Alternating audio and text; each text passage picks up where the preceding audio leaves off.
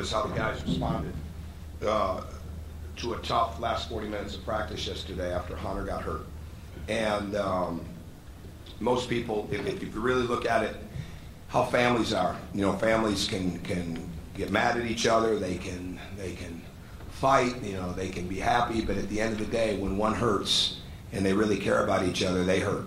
And I know sometimes that gets lost in the translation, and it gets lost in the naysayer world, but guys that are really bonding, they hurt when that guy is out. And I thought our guys did the best they could of responding yesterday in practice.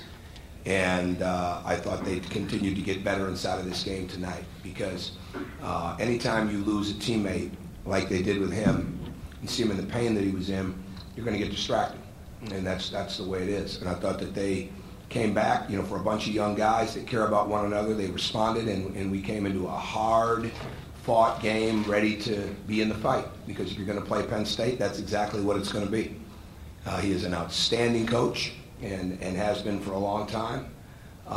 They've got a very good team. This is the toughest league in the country for a reason, and he's got players that are capable of doing a lot of things, and we saw that tonight. But fortunately for us, we're learning how to win close games, which is something we didn't do a very good job of last year. We've got 3 wins. They've come down to 2 possessions, and the other ones have come down to 1 possession. Those 3 wins that we have a year ago was the opposite for us. So our guys are learning how to win those games. We were 2-6, I believe, in 1-possession games last year.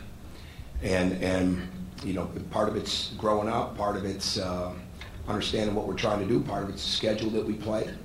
But those things are helping us, figure things out. It's not always pretty by any stretch, but you don't, there's not awards for pretty, there's awards for winning, and there's awards for winning enough. And I thought our guys did a really good job of responding. We had a lot of very good individual performances, and we defended, not great, around the paint. We're going to really have to learn how to play without Hunter, and certainly in a perfect world, there would have been a few more days to prepare a couple different things without his presence inside, without his ability to post, and it's sometimes it's not always the statistics that he gets or doesn't get, it's the presence that he has, and it's the ground that he covers. And for people that are really paying attention, they see the ground that he covers and the presence that he has. It's not always getting caught up in the numbers that he has or doesn't have. So we're going to miss him for an extended period of time, and we've got to figure out how to play without him. But when you get guys like Ryan Burton that came in, and Colin doing what he did, and Stan playing the way that he did, and Max coming in both halves and giving us something, not to mention the starters, then we have a chance to improve. So, go ahead. Did you go into the game planning to have Ryan in the rotation? That was something that, we like Ryan a lot. And Steve was in my ear since Steve McClain, since last night. And today saying, don't forget about Ryan. He has toughness.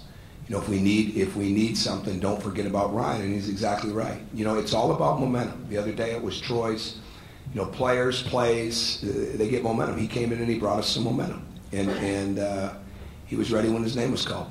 And that's what you want as much as anything else. But sometimes you're feeling your way through it and you're looking for that dose. I went with Max early in the second half. I thought he did a good job. And Stan did a really good job. I mean, it's all about, how long can you keep momentum? And I thought Ryan's 5 minutes for us were really, really valuable 5 minutes. I guess talking more generally about that, you talked about the broad impact Hunter has.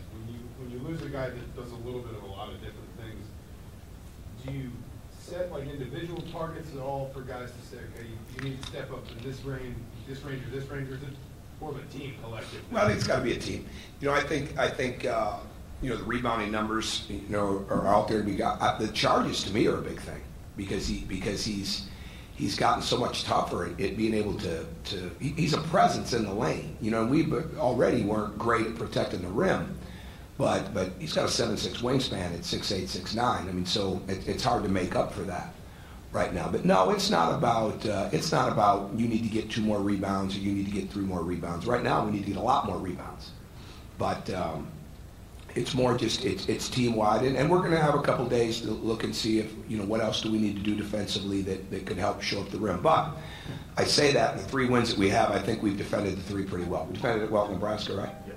Yeah, and to defend the 3 the way we did against Ohio State, and to defend it today the way that we did not defend the 3 well at Michigan State. And so much of this league comes down to how well you defend the 3-point line. So we don't want to be in a situation where we're over-helping so much that we lose sight of that. And I thought the fact of the way we defended the perimeter tonight, especially in the zone, and to hold Newbell to 12 on 5 of 15, I think it was. Yeah, how many? Yeah, that's big. I mean, he's the real deal. And we gave up some other things, but we didn't get beat by DJ, and that's crucial. So we've got a couple of days to assess and look and add some things, tweak some things, move some things around, and that's the fun of it. Next question. With Potter's injury coming so close to the game, how much of a challenge was that to change the game plan to your team to kind of rally around that? No, it wasn't much to change a game plan. As you're going to adjust inside of the game.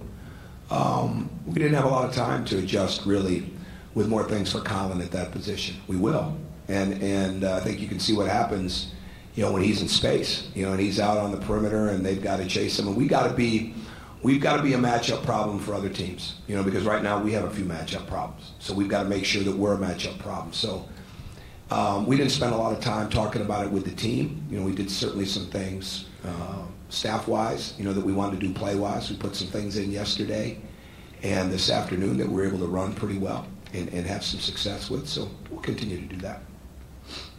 Tom, where do you feel like this team has made its most progress in terms of trying to close out games? And what more does this team still need to do? Well, there's a lot of things that they need to do when it comes to taking care of the ball, talking late. But I think belief. I guess the answer would be belief. I think the schedule certainly helped us that we played. And the non-conference, the Nebraska win was absolutely huge for us to get it on the road. So I think the belief that they're going to win, I don't see panic in them at all. I don't see their heads down as much. I didn't like it at Michigan State maybe as much, but that was more during the game. But I think these last couple wins and games will really help us grow up. But there's a lot of things we've got to get better at. I mean, this is not a stat sheet, game for us. And most of the Big Ten games aren't. What it is where can you keep getting better, and how can you keep being firmer, and how can you get a lead and really hold on to it and tighten your defense up that much more. But I didn't even call timeout at the end. I didn't see any issues whatsoever with our guys. I love the spirit that they had together. We knew what we were going to do. They're calling it out. Chuck did a fantastic job of having an idea of what they wanted to run late, and our guys carried it out. Anything else?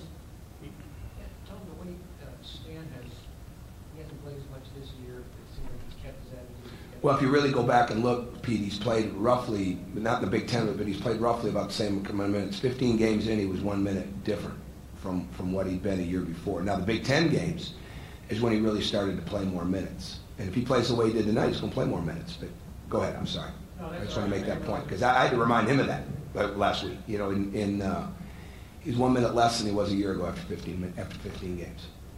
The way he has played, certainly the way he played tonight, the attitude and the willingness, when he gets in there to really contribute, is that indicative of maybe some improved maturity?